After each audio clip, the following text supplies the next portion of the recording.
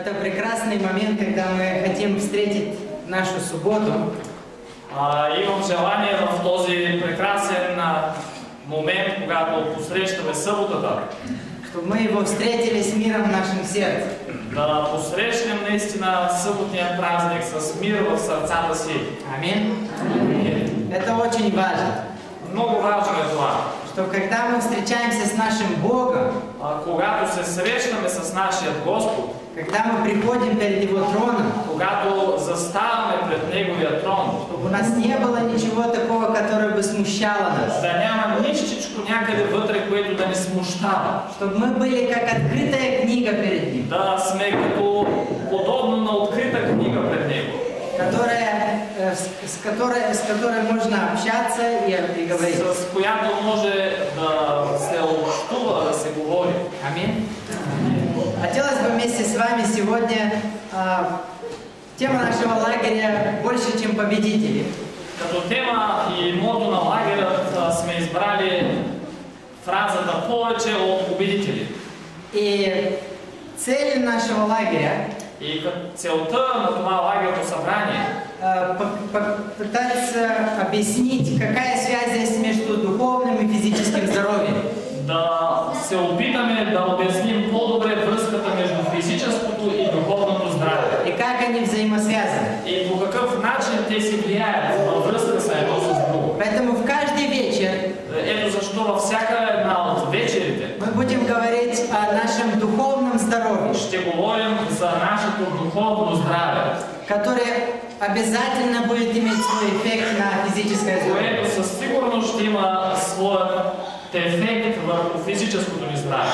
Одно из важных принципов физического здоровья Един от важните принципи на физическото здраве – это иметь умственный мир. да имаме мир в умът, в душата. Поэтому каждый вечер мы будем рассматривать, как мы можем иметь мир с Богом. Ето защо всяка вечер ще разглеждаме възможността по какъв начин да имаме мир с Бога. Поэтому вместе с вами хотелось бы открыть книгу Марка. И тази вечер искам заедно с вас да отворим Библията на книгата Марк. Мы посмотрим одну библейскую историю, связанную с Иисусом. Ще разгледаме една библейска история, в която герой е Исус. И в которой люди не имеют мира. И история, в която хората нямат мир. Марка 4 глава, 35 текст. 4 глава от Евангелието на Марк, 35 стих. Мы прочитаем по одному стиху. Вечером того дня сказал им: переправимся на ту сторону. И в същия ден, когато се свечери, Исус им каза да минем на отсрещната страна. И они, отпустив народ, взяли его с собой, как он был в лодке, и с ним были и другие лодки. И като отпратиха народа, взеха го със себе си в ладията, така както беше, а имаше и други ладии с тях. И поднялась великая буря, волны били в лодку, так что она уже наполнилась водой. И се разрази огромна буря, и вълните заливаха ладията, така че тя вече се пълнеше с вода. А он спал на корме на възглавие. А той беше на задната част, заспал на възглавница. Възглавница, что это? Вы заметите, Иисус, когда входил в лодку, он даже подушку себе приготовил. Когато Исус влизал в лодката, дори възглавничка се е приготвил. У меня вопрос для вас. Въпрос имам към вас. После того, как мы прочитаем следующий стих. След като завършим четенето на следващия текст. И он спал на корме на возглаве. Его будят и говорят ему: «Учитель, неужели тебе нет нужды, что мы погибаем?» И както е заспал на възглавницата, те го събуждат и му казват: учителю, нима ли те е грижа, че ние загиваме? Знал ли Иисус, что их ждет впереди одна буря на этом озере? Знае ли Исус, че ги очаква буря във времето пред тях по пътя, докато плават в това езеро? И что люди делают, когда они знают, что вот и будет буря какая-то? И обикновено хората какво правят, когато знаят, че някаква буря им предстои? Спасательный круг берут. Грават спасителното пояс, снаряжение, акваланг, может быть, не знаю. някакви неща за буркане, нещичко. Привязываются к лодке. Здраво се връзват към лодката, Да? А Иисус какое снаряжение взял? А на Исус какво оборудването къде се взел? Подушка. Възглавница. Это очень интересно. Много интересен момент. Эти ученики там, Тези ученици там, они хорошие специалисты. те са добри специалисти. Я представляю себе, они хорошо так пытаются подготовиться к Те със путешествию. сигурност знаят как да се приготвят към това, за това пътуване. Может быть, они не знали, что их ждет. Може би не знаят какво го очаква, Но Иисус, зная, взял с собой подушку. но Исус, като знаеше какво ги очаква, си взел възглавница. И не кроме того, что он только взял подушку, он и использовался ею. Той не само, че е взел, но се възползвал от нея. И лег отдохнул. И е легнал да се почине. Когда все вокруг в смятении и в таком проблематичной ситуации, Когато всичко наоколо и всички наоколо са в смут и някакси в стрес от тая проблемна някакси ситуация, Иисус крепко спит. Исус спи дълбоко. Как будто его эта буря вообще не касается. Като че ли тази буря въобще не е свързана с Как него. будто мы говорим об Иисусе в одной лодке, в ученики вообще в другой. Като че ли Исус е в една лодка, а пък учениците са някъде на друго море, в друга лодка. Поэтому, когда Иисус спит и отдыхает, И ето защо, когато Исус се отпочива, те кричат ему: неужели тебе нет нужды, что мы погибаем? учениците крещят към него: Учителю, не те ли е грижа въобще, че загиваме? Давайте мы прочитаем, что он сделал после этого в 39 тексте. Какъв бил неговият отговор в 39 стих? И встал, он запретил ветру и сказал морю: умолкни, перестань. И ветер утих, и сделалась великая тишина. И той, като се събуди, смъмри вятъра и им каза, смъмри вятъра и каза на езерото: мълчи, утихни. И вятърът престана и настана голяма тишина.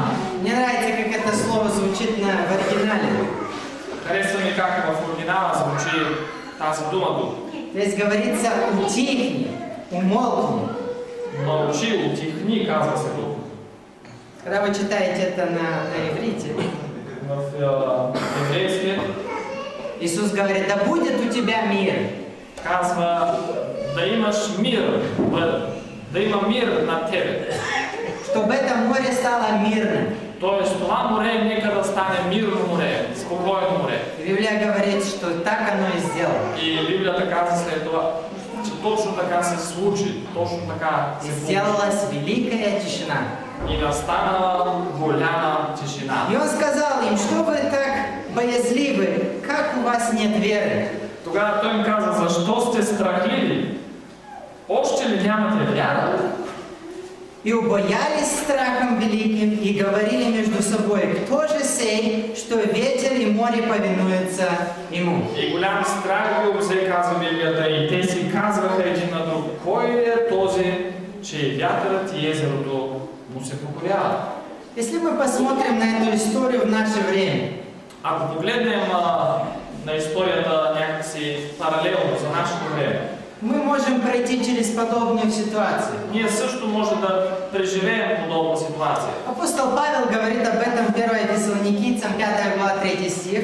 Апостол Павел ни каза в Първо Солунце 5 глава 3 стих: Ибо когда будут говорить мир и безопасность, тогда внезапно постигнет их пагуба, подобно как мука родами постигает имеющего в чреве и не избегут. Защото когато казват Първо Солунце 5.3 мир и безопасност, тогава ще ни постигне внезапно погибел, като родилните болки на бременна жена и никак няма да избегнат. Вот буря здесь. Ето ви бурята тук. Люди говорят мир и безопасность. Хората казват мир, безопасност е. Нужно сделать объединенные нации, Трябва Обединени нации да организираме, чтобы мы решили проблему в мире с миром. да решим проблемите на този свят по-светски.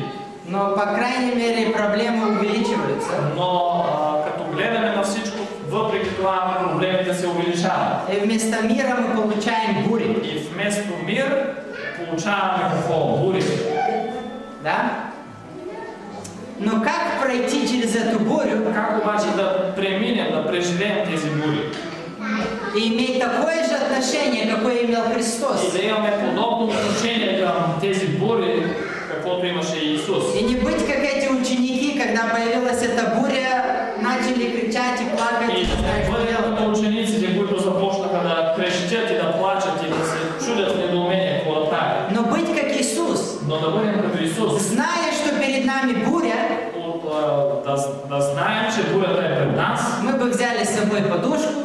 А въпреки това да грабнем възглавницата и были спокойны. И да бъдем спокойни. И иметь мир в сердце. И да имаме мир в сърцето си. Хотелось бы сегодня с вами немножко обсудить об этих принципах, как получить Божий мир. Имам желание тази вечер да разгледаме тези принципи, как да получаваме, как да имаме Божият мир. И мы будем смотреть 5 принципов, как получить Божий мир из Библии. И ще разгледаме на 5 такива библейски принципа, как да имаме този мир на Бога.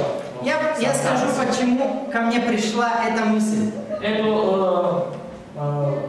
казвам причината, защо тази мисъл ми дойде. В Иоанна 14 глава 27 текст.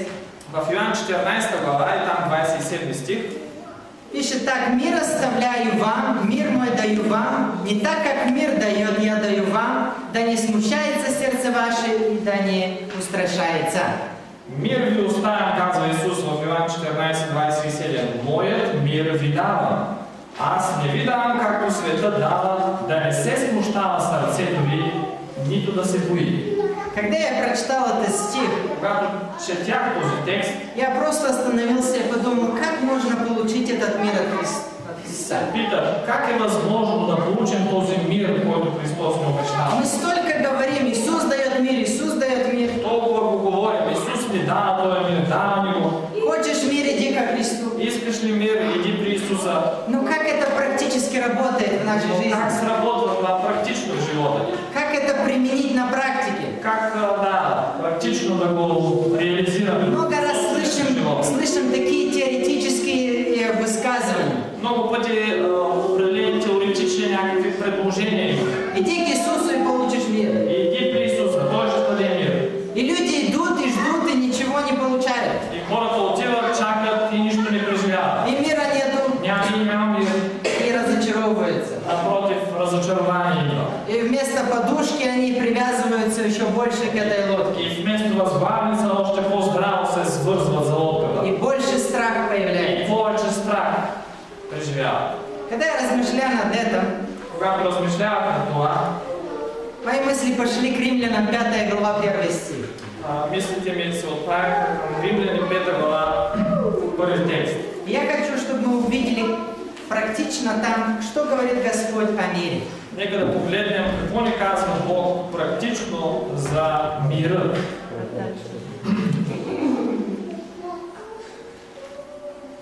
Оправдавшись верою, мы имеем мир с Богом через Христа, который умер за нас, когда мы были еще грешниками. Римлянам 5 глава 1 стих. И при оправдании человек прямо мир с Богом.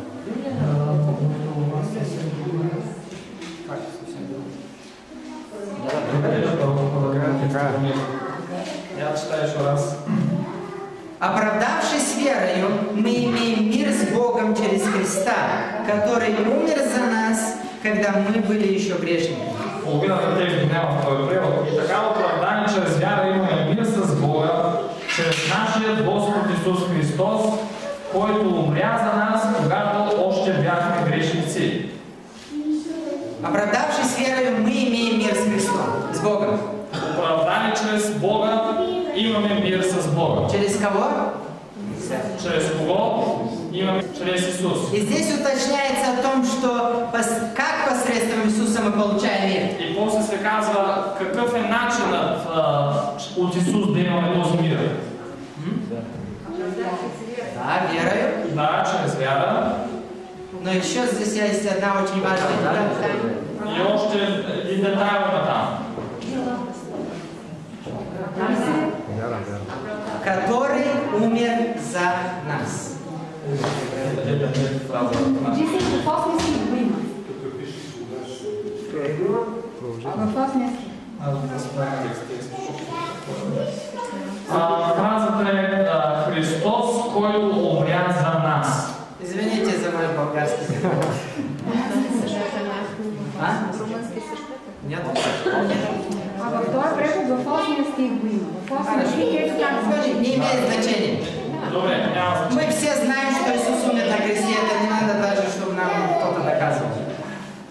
Ясно е, че Христос умря за нас. Понимаете? бяхме още грешници.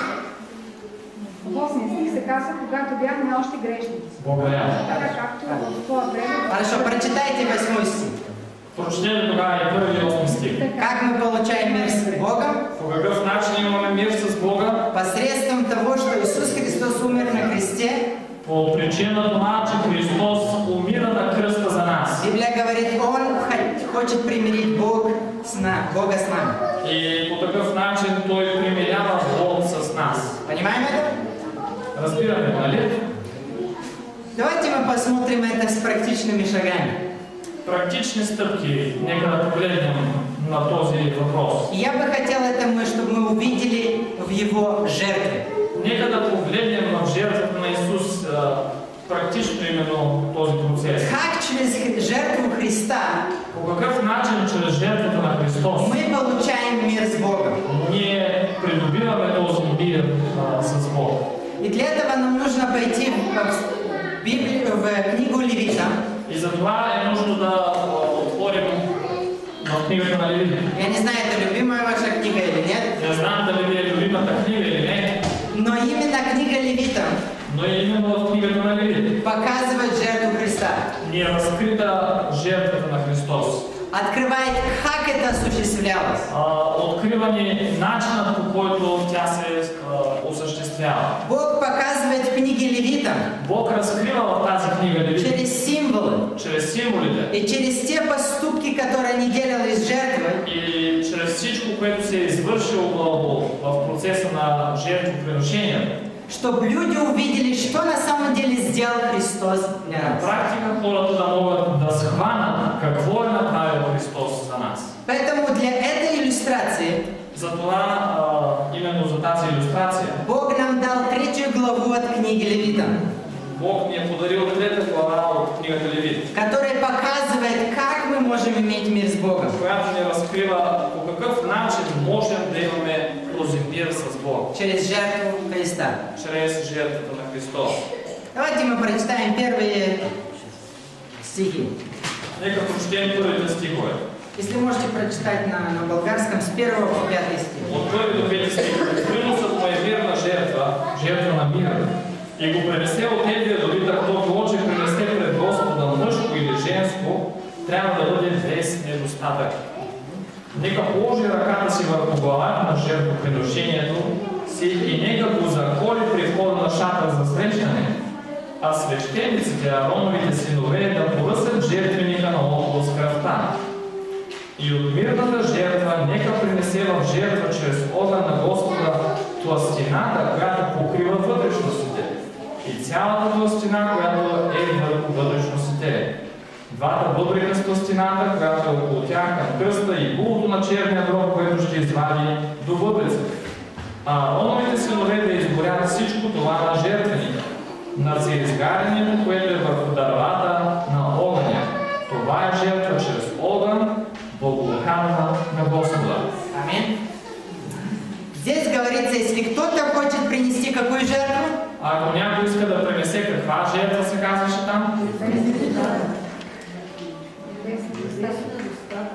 Не, какъв е вида на жертвата? понятно, что без недостатка. Мирна жертва се казва там. Если кто-то хочет принести мирную жертву, Ако някой иска да пренесе мирна жертва, а мы только что прочитали в Римлянам 5 глава, току-що в Римляни 5 глава четохме, что Иисус была какая жертва? че Исус е бил каква жертва? Мирная жертва. Мирна жертва. Тогда нужно следовать следующей инструкции. Нужно да погледнем следващите инструкции. Понимаете здесь? Разбирате ли? То есть здесь Господь говорит через Моисея. Чрез Моисей, Господ казва, если кто-то решит примириться с Богом, ако някой иска да се примири с Бога, хочет иметь мир в сердце, иска да има мир в сърцето си, он должен принести жертву. нужно е да принесе жертва. И в этой главе даются некоторые инструкции к приношению этой жертвы. В тази глава се отбелязват някои стъпки в процеса на принасяне на тази жертва. И вместе с вами И заедно с вас сегодня вечером мы посмотрим на первые два шага. искам заедно да погледнем на тези две първи стъпки. Завтра вечером А утре вечерта мы посмотрим на последние три. на останалите три стъпки. Как практично По какъв практичен начин в нашей жизни в своя живот Христос приносит мир. Христос ни донася своят мир. Аминь. Давайте мы посмотрим в начале. Нека погледнем в началото. Библия говорит, что когда человек приносит эту жертву, Библията казва, че когато човек трябва да принесе тази жертва, он должен поставить свои руки на голову этого. трябва да положи ръката си на главата на това животно. Как мы называем это? Как наричаме това ние? Исповедание своих грехов. Изповядване на своите грехове. Первый шаг. Първата стъпка, Если мы хотим иметь мир с Богом, ако искаме да имаме мир с Бог, мы должны исповедовать свои грехи перед Ним. нужно е да изповядваме своите грехове пред Него. Почему? Защо? Давайте мы прочитаем Исаия 57 глава 20 стих. 57 глава от Исаия, 20. Может ли человек, Може ли човек, который имеет грех, който има грях, иметь мир? да има мир? Давайте мы прочитаем. 57 глава от Исаия, 20 стих 20 и 21 стих. и 21. А нечестивые, как море, взволнованные, которое не может успокоиться, и которые воды выбрасывают ил и грязь. А нечестивите са като развълнувано море, защото то не може да утихне и водите му изхвърлят тиня и кала. Нет мира нечестивым, говорит Бог мой. Няма мир за нечестивите, казва моят Бог. Няма мир. Если человек имеет какой-то грех Ако човек има някакъв грях и держит его у себя, и го задържа за себе си, что говорит Библия? какво казва Библията? Может ли он иметь мир? Може ли да има мир такъв човек? Нет. Не. Что ему нужно сделать? Какво би трябвало да направи? Он должен его исповедовать перед Богом. Нужно е да го изповяда пред Бога. Аминь. Поэтому Библия говорит, что они как волны. Ето защо Библията казва, че такива хора са като вълни. Не напоминает вам это что-то наподобие бури? Някъде на буря навявали вълните някаква мисъл, идва ли така асоциация? Когда вокруг лодки буря, Когато навсякъде около лодката е буря, что случается в лодке? а какво се случва в лодката? Тоже буря. Също буря. Но там между людьми уже. Но е вече буря в душите на хората. Понимаете? Разбирате ли? Вокруг буря, Наоколо буря. и здесь люди тоже борются с жизнью, с И проблемами. хората вътре също в лодката се борят с живота. Иисус говорит, А Исус казва, если вы хотите иметь мир, ако искате да имате мир, придите и исповедуйте свои грехи. елате и изповядайте греховете си. Потому что если вы будете держать в себе какой-то грех, Защото ако държите в себе си някакъв, какъвто и да е грях, сколько бы вы ни старались в своей жизни найти мир, спокойствие, колкото и да търсите в живота си да откриете мир, через разные развлечения, дали чрез развлечения, или некоторые люди через сигареты, или пък някои хора чрез тютюна, а другие через алкоголь и наркотики, някои пък тичат към алкохола или наркотиците, ищут мир, търсят мир, но не смогут найти. но не могат да го открият. Иисус говорит, если вы хотите иметь мир, Исус казва, ако искате да имате мир, первую вещь, которую вам нужно сделать, първото, което трябва да предприемете е: это придите ко мне елате при мен и просто исповедуйте свой грех. и изповядайте своя грях. Аминь. Идем к второму шагу. Нека погледнем втората стъпка.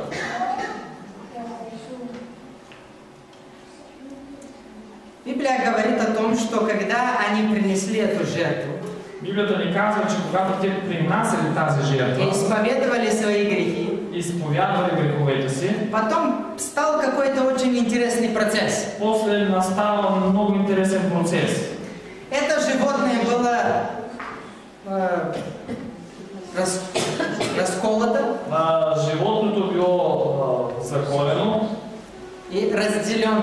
и разделено. И Библия говорит о том, что там начались выделяться почки и все разные эти детали, органы, которые были внутри. И там Библията ни казва, че започва да се отделят някои от органите му, които са били вътре. И давайте мы прочитаем стих, например, 4. Двата бъбрека сте в стената, която е около тях към кръста, и булото на черния дроб, което ще извади от бъбреците. Эти все детали, эти органы, которые перечисливаются. Тези всички органи, един след други, които се изброяват. Библия говорится, что они должны были быть измыты. Библията казва, че те трябва да бъдат извадени и измити. Очень хорошо. Много добре. На что это вам напоминает?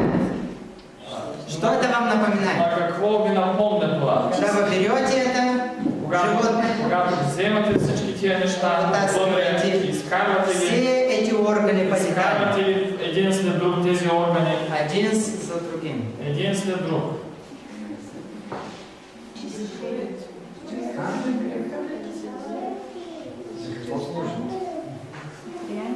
Что это, когда вы смотрите эти органы, рассматриваете их? Какво се случва, когато гледате всички тия органи един след друг, разглеждате ги, очиствате ги? Давайте я вам дам один библейский стих, который поможет. Ще ви дам един стих, който ще ви помогне.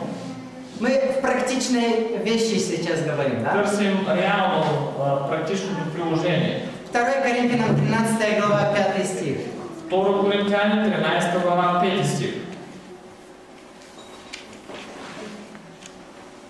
Пожалуйста, если вы нашли, 2 Коринтяни 13:5. прочитайте и скажете, да. Изпитвайте себе си дали сте във вярата. Докажете себе си. Или за себе си не познавате ли, че Христос е във вас, освен ако сте порицани? Как это называется, когда мы смотрим один орган, второй, третий рассматриваем? Как се нарича това, когато гледаме към единия орган, другия, поглеждаме това и другото? Исследование.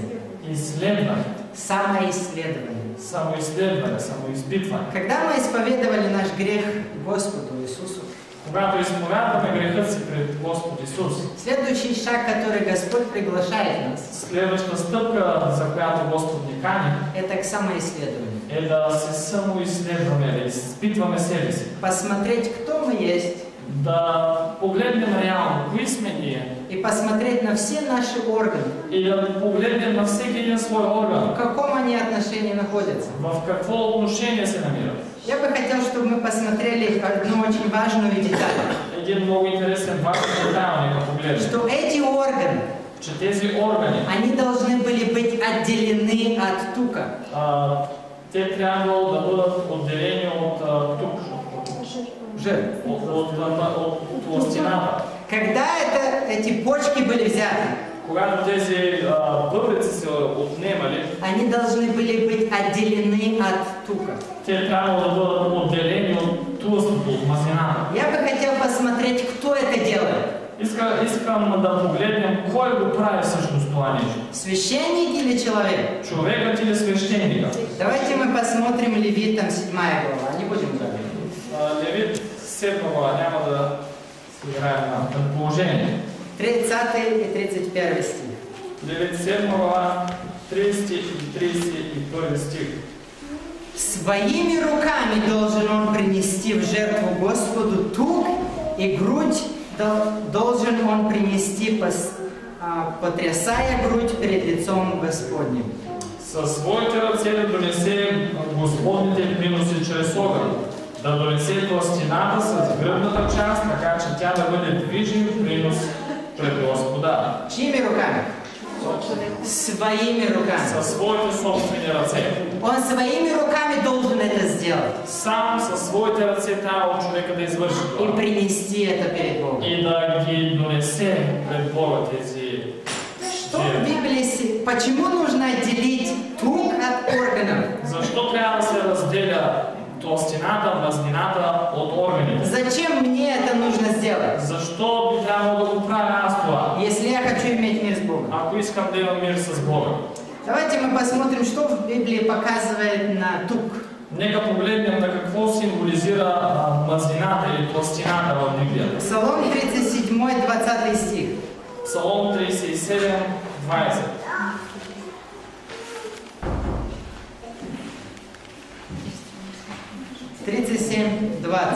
«37, 20».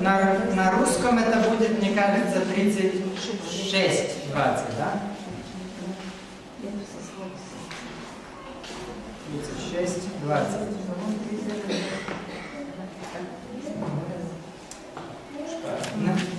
Да, я читаю.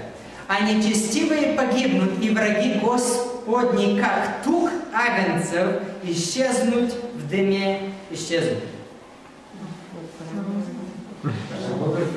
А нечестивите ще загинат и враговете Господни ще бъдат като отбраните, агнета ще чезнат, като дим ще изчезнат. Отбрани, как? Може би тлъстите агнета. Тлъстите агнета. Тлъстина. Да, тлъстите агнета. Хорошо. Враги Господа, враговете Господни, говорят, будут уничтожены как тук. Ще бъдат унищожени като тлъст, като агнешка тлъстина. Ваш перевод. Хорошо. На английском пишет тук. Като тлъстина. Тук. Тлъстина. Библия описывает как что-то, которое делает разделение с Богом, делает врагами с Богом. Тлъстината е описана като нещо, което разделя човека от Бога, като враг на Бога. Что есть такое, которое разделяет нас с Богом? Кое е това, което ни отделя всъщност от Бога? Грехи.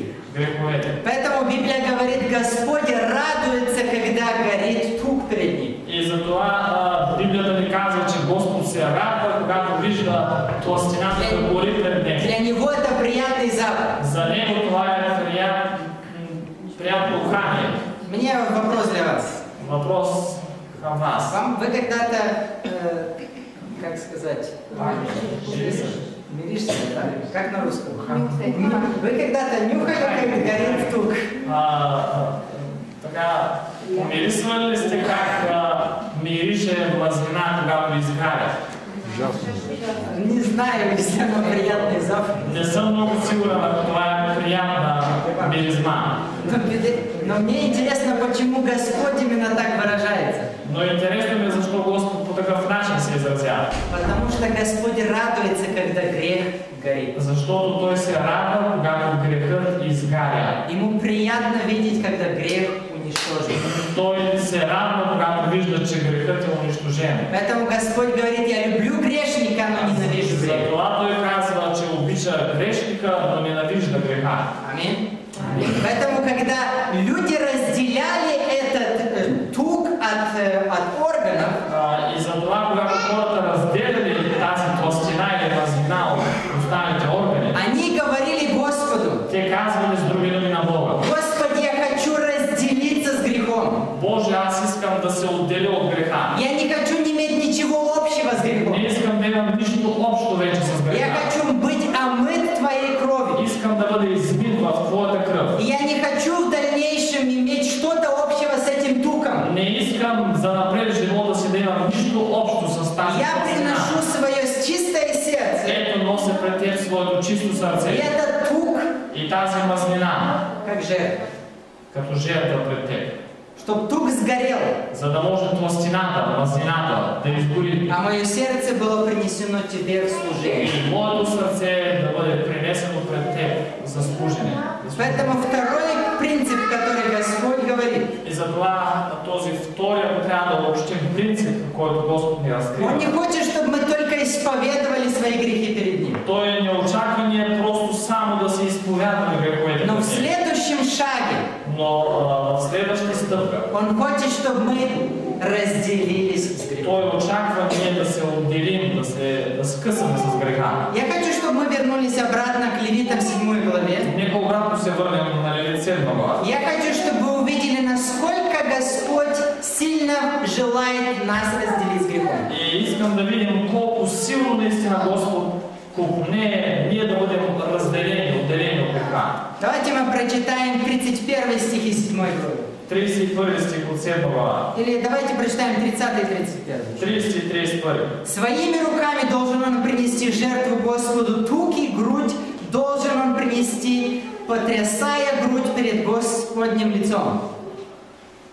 Със своите ръце да донесе Господните приноси чрез огън, да донесе пластината с гръдната част, така че тя да бъде движим принос пред Господа. И 31.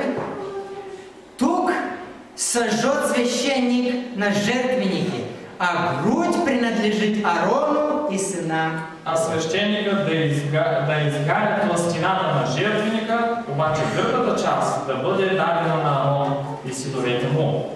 Библия пишет о том, Библията пише за това, что когда грешник приносит тук, че когато грешникът принася тази пластина, вместе с этим туком он должен принести и грудь. заедно с пластината трябва да принесе и гърдите. Почему? Защо? И не только принести эту грудь, И не само да тази гръдна част, не само да я а принесе, эта грудь принадлежит Аарону. а казва тази гръдна част принадлежи на Аарон. Почему? Защо? Давайте мы прочитаем. Нека прочетем. Почему Господь желает? Защо Господ желая? Когда мы приносим свои грехи и желаем разделиться с грехом, Когато принасяме и изповядваме своите грехове пред Него и купнеем да се отделим мы принесли и грудь. от греха, защо Той очаква ние да принесем и гръдната част? Какая проблема с грудью? Какъв е проблема с гръдната част? Йова 31 глава 33 стих. Йов 31-33. Йов 31 глава 33 стих. Почему Господь хочет, чтобы мы принесли и грудь? 31-33. Защо Господ очаква ние да пренесем и гръдната част пред Него? Если бы я скрывал проступки мои, как человек, утаивая в груди моей пороки мои. Ако съм прикривал престъпленията си, както Адам, както човек, като съм скривал беззаконието си в пазвата си, в гърдите си. Какая проблема с грудью? Какъв проблем тук имаме с гръдната част? Это так не в простом языке объяснить. На семпл език да го обясним. Это место, Мястото е, где мы ставим план Б. мястото, където ние винаги оставяме резервния план. Понимаете? Я не знаю, если вы поняли. Резервен вариант. Мы приносим тук Господу. Носим пред Бога пластината. Мы хотим разделиться с грехом. Ние искаме да се отделим от греха. Мы не хотим больше его делать Не дальше. желаем да го следваме грехът по-нататък. Но если мы не отдадим и грудь Но ако ние не отдадем и гръдната част священнику, на свещеника, который есть Христос, който е символ на Христос, тогда у нас есть маленькая коробочка там, тогава ние като че ли имаме малка резервна кутийка, в которой мы ставим план Б. в която поставяме резервният план. Давайте я объясню вам опыт из моей жизни. Нека разкажа опит. Когда мне было где-то 13-14 лет, Когато бях около 13-14 годишен, я очень любил перед сном смотреть фильм. много обичах преди да заспя да избирам някакъв филм. И какой там после новостей, там какой-то фильм. След новините там вечерно време някакъв филм обикновено пуска. Или то какое-то убийство, или какое-то... Няколко там убили, или някакъв екшън, Или, не знаю, какой-то другие виды фильмов. или някакъв там, какъв би да бил. И после, как я смотрел, И после като гледам, я шел к моей постели, отивам да си лягам. склонился на колени, Приличам и хочу молиться. И искам да се моля. И в моей голове весь этот фильм повторяется. И докато се затварям очите, целият сюжет на филма се повтаря в главата. Я говорю: Господи, помоги мне избавить от этих мыслей. И се моля, Господи, помогни да се избавя от тези мисли. И прости меня, что я смотрел этот фильм. Прости ми, че гледах този филм. А он меня отвлекает от того, чтобы я общался с тобой. Този филм ме отвлича от това аз да общувам с теб също. Другими словами, он делает меня врагами с тобой. Някакси други думи, той ме прави враг с теб в това. Я не могу общаться с тобой. Аз с теб не мога да общувам. Прости меня. Прости ме. И как только я сказал прости, И като кажа просто прости, и закончил своя молитва, и завършвам молитвата, ложился спать. лягам да спя. О, подожди, а завтра же продолжение на фильм. А и веднага мислите, но чакай, утре вечер е продължение, следваща серия. Как я пропущу с продолжение? Как ще изтърва? Что я сделал? Какво правя аз? Я грудь оставил для себя. Оставил съм гръдната част за себе си. План Б. План Б, резервен вариант. Господи, я хочу разделиться с грехом. Искам Боже да се отделя от греха. Я не хочу больше так делать. Не искам повече така да постъпвам. Но завтра продолжение. Но утре имаме продължение. Поэтому я оставлю себе грудь, Затова аз ще задържа гръдната част. чтобы имел возможность и завтра хотя бы. За да мога поне и утре пак да погледам малко. Господь говорит: Бог казва, если вы хотите иметь мир со мной, ако желаете да имате мир с мен, и вы на самом деле хотите это, и вие го искате, вы не только разделяетесь с грехом, вие не само, че се отделяте от греха, но вы должны избавиться от всякой возможности и мысли, что завтра я еще как-то хочу согрешить. е нужно да се избавите от всяка възможност и вариант, че в утрешния ден или мисъл отново ще седна и ще греша. Если мы хотим удалиться от этого, Ако искаме да се отделим от греха, мы должны удалить и все вещи, которые нам напоминают или приводят нас к этому. нужно е да се отделим от всички неща и предмети, които ни напомнят за греха и ни дърпат към него. За которых мы можем спрятать этот грех. Неща, за които ние може да скрием някакси своя грях. Господь говорит: Бог казва, когда вы приносите мне тук, когато дойдете с тлъстината пред мен, принесите и вашу грудь. принесете и своята гръдна част. И только таким образом И само по този начин вы сможете иметь мир. може да имате мир. Аминь. Амин. Иисус говорит: Исус ни казва, если вы хотите иметь мир, ако желаете мир да имате, придите ко мне, я вам дам. елате при мен и аз ще ви дам моят мир. Я жертва. Аз съм жертвата. Я та жертва, которая приносит мир. Аз съм тази жертва, която донесла мира. Придите и исповедуйте свои грехи. Елате и изповядайте своите грехове пред мен. Исследуйте себя. И изпитвайте себе си. И если что-то видите, что не так, И ако видите, че нещо в живота ви не е както трябва, разделитесь с грехом. откажете се, отделете се от И не греха. только разделитесь с грехом, И не само се отделете от греха, но и все резервные планы на но завтра, отхвърлете и всички резервни планове за утрешния ден. чтобы согрешить, Планове за грях, отдайте мне тоже. всичко изхвърлете и отдайте на мен това също. Полностью отдайте себя. Напълно се предайте на мен. Завтра мы посмотрим в дальнейшем Утре ще продължим заедно, за да разгледаме вот 3 вещи, още 3 неща, которые мы должны отдать Христу, които ние трябва да предадем на Христос. если мы хотим иметь мир. Ако го приемем да преживеем и да имаме този мир. Первое, Първото, мы отдаем свои грехи ему. отдаваме своите грехове. Аминь. Амин. Второе, Второто, мы разделяемся с грехом. отделяме се от греха. И мы отдаем Иисусу нашу грудь.